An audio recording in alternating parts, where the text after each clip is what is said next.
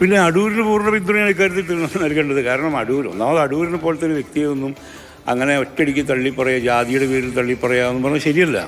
അപ്പോൾ അടൂർ പറഞ്ഞത് വളരെ കറക്റ്റായിട്ട് എനിക്ക് തോന്നിയിട്ടുള്ളത്, അതായത് അദ്ദേഹം ഇവർക്ക് ഫണ്ട് കൊടുക്കണ്ടെന്നോ അല്ലെങ്കിൽ വനിതകൾക്കും മാറ്റി നിർത്തപ്പെട്ട ജനസമൂഹത്തിനും സിനിമയെടുക്കാൻ അവസരം കൊടുക്കേണ്ട ഒന്നുമല്ല പറഞ്ഞത്. പല പടങ്ങളും തിയേറ്ററിൽ പോയി കാണുവാൻ ആളില്ലാത്ത അവസ്ഥയാണ്. എത്ര പേർ ഇവരെടുത്ത സിനിമകൾ കണ്ടിട്ടുണ്ടെന്ന് ചോദിച്ചാൽ നമുക്ക് വളരെ കുറച്ച് ആൾക്കാർ ചൂണ്ടിക്കാണിക്കാൻ പറ്റുള്ളൂ. കേരള ഗവൺമെൻറ്റിൻ്റെ തിയേറ്ററിൽ തന്നെ ഫ്രീ ആയിട്ട് പ്രദർശിപ്പിച്ചാൽ പോലും അത് കാണാൻ വരാത്തതിൻ്റെ കാരണം പലപ്പോഴും അതിൻ്റെ പ്രൊഫഷണലായിട്ടുള്ള സമീപനം ഇല്ലാത്തത് തന്നെയാണ്. അടൂരിൻ്റെ വാക്കുകൾ വലിയ വിമർശനങ്ങൾക്ക് കാരണമായിട്ടുണ്ട്. ഇതിൽ താങ്കളുടെ അഭിപ്രായം എന്താണ്? അല്ല, അടൂർ പറഞ്ഞതിൽ കാര്യമുണ്ട്.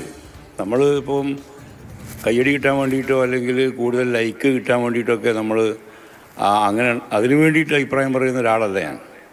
എനിക്കതിൽ ആവശ്യവുമില്ല. അടൂർ പറഞ്ഞത് എനിക്ക് തോന്നിയത് അതിലൊരു വാസ്തവം എന്താണെന്ന് വെച്ചാൽ, നമ്മളിപ്പോൾ ഏതൊരു തൊഴിലിൽ ഏർപ്പെട്ടിരിക്കുകയാണെങ്കിലും അതിനെക്കുറിച്ച് അറിയേണ്ടതുണ്ട്, അത് പഠിക്കേണ്ടതുണ്ട്.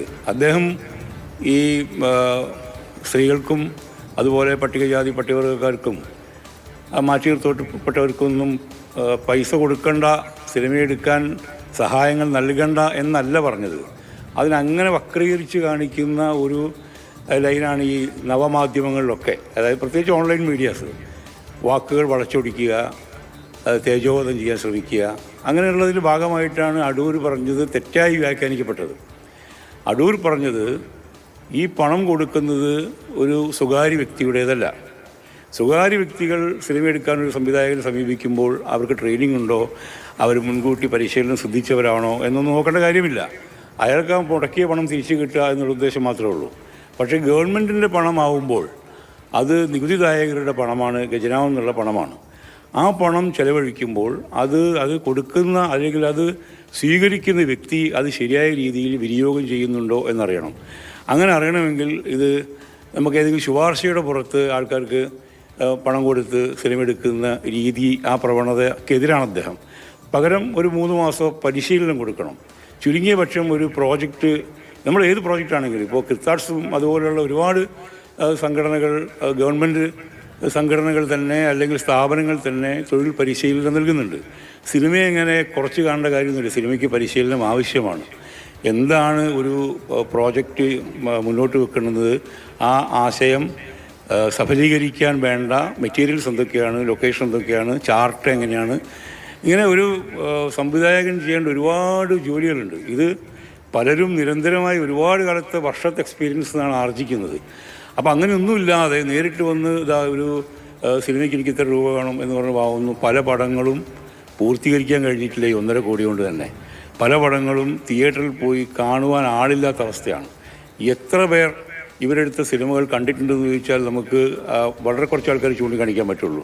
കേരള ഗവൺമെൻറ്റിൻ്റെ തിയേറ്ററിൽ തന്നെ ഫ്രീ ആയിട്ട് പ്രദർശിപ്പിച്ചാൽ പോലും അത് കാണാൻ വരാത്തതിൻ്റെ കാരണം പലപ്പോഴും അതിൻ്റെ പ്രൊഫഷണലായിട്ടുള്ള സമീപനം ഇല്ലാത്തത് തന്നെയാണ്. അപ്പോൾ അടൂർ പറഞ്ഞത് വളരെ കറക്റ്റായിട്ട് എനിക്ക് തോന്നിയിട്ടുള്ളത്, അതായത് അദ്ദേഹം ഇവർക്ക് ഫണ്ട് കൊടുക്കണ്ടെന്നോ അല്ലെങ്കിൽ വനിതകൾക്കും മാറ്റി നിർത്തപ്പെട്ട ജനസമൂഹത്തിനും സിനിമയെടുക്കാൻ അവസരം കൊടുക്കേണ്ട ഒന്നുമല്ല പറഞ്ഞത്.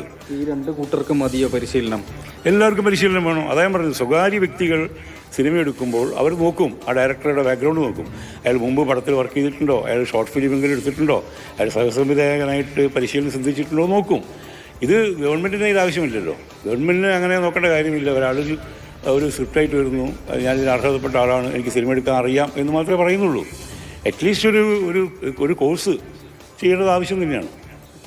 അതായത് അടൂരിന് പൂർണ്ണ പിന്തുണയാണ് താങ്കൾ നൽകുന്നത്? പിന്നെ അടൂരിന് പൂർണ്ണ പിന്തുണയാണ് ഇക്കാര്യത്തിൽ നൽകേണ്ടത്. കാരണം ഒന്നാമത് അടൂരിനെ പോലത്തെ ഒരു വ്യക്തിയൊന്നും അങ്ങനെ ഒറ്റയടിക്ക് തള്ളിപ്പറയുക, ജാതിയുടെ പേരിൽ തള്ളിപ്പറയുക എന്ന് പറഞ്ഞാൽ ശരിയല്ല. കാരണം അദ്ദേഹത്തിൻ്റെ കോൺട്രിബ്യൂഷൻ വലുതാണ്. മലയാള സിനിമയ്ക്ക് ഒരു ലോക നിലവാരത്തിൽ ശ്രദ്ധ കൊണ്ടുപോകുന്നൊരു മനുഷ്യനാണത്. കോൺട്രിബ്യൂഷൻസ് ആണ്, സ്ഥാനം അത്ര തന്നെയാണ് നൽകുന്നത്. പക്ഷേ ഈ പറയുന്ന വാക്കുകൾ ആ സ്ഥാനത്തിൽ ചേരുന്നത് തന്നെയാണോ? ഇപ്പോൾ പറഞ്ഞ വാക്കുകൾ ആ സ്ഥാനത്തിൽ ചേരുന്നത് തന്നെയാണ്. ഇനി അദ്ദേഹം പറയാത്ത വാക്കുകൾ അദ്ദേഹത്തിന് വായ തിരുകിയിട്ടാണ് കൊണ്ട് അത് ശരിയാണോ എന്ന് ചോദിക്കരുത്. അദ്ദേഹം ഇപ്പോൾ ഇന്നലെ ഈ കോൺക്ലേവ് തന്നെ വെറുതെ ഒരു അഭ്യാസം മാത്രമാണ്, പണച്ചെലവുള്ള ദൂർത്തടിക്കാൻ വേണ്ടിയിട്ടുള്ളൊരു പരിപാടി മാത്രമാണ്. ശ്രീകുമാരൻ തമ്പി പറഞ്ഞല്ലോ കൃത്യമായിട്ട്, ഹേമ കമ്മീഷൻ റിപ്പോർട്ട് പൂർത്തിവെച്ച ആൾക്കാർ അതിൽ കണ്ണുപൊടിയിടാൻ വേണ്ടിയിട്ട് ചെയ്ത പരിപാടി അത്. അപ്പോൾ അത് നിങ്ങൾ പറയാത്ത കാര്യങ്ങൾ അടൂരിൻ്റെ വായയിൽ തിരികെ വെക്കരുത്. അടൂർ പറഞ്ഞ കാര്യം ഇതാണ്, അതായത് പരിശീലനം വേണം. ശരി ശ്രീ ജോയ് മാത്യു അദ്ദേഹത്തിന്റെ നിലപാട് വ്യക്തമാക്കുകയാണ്.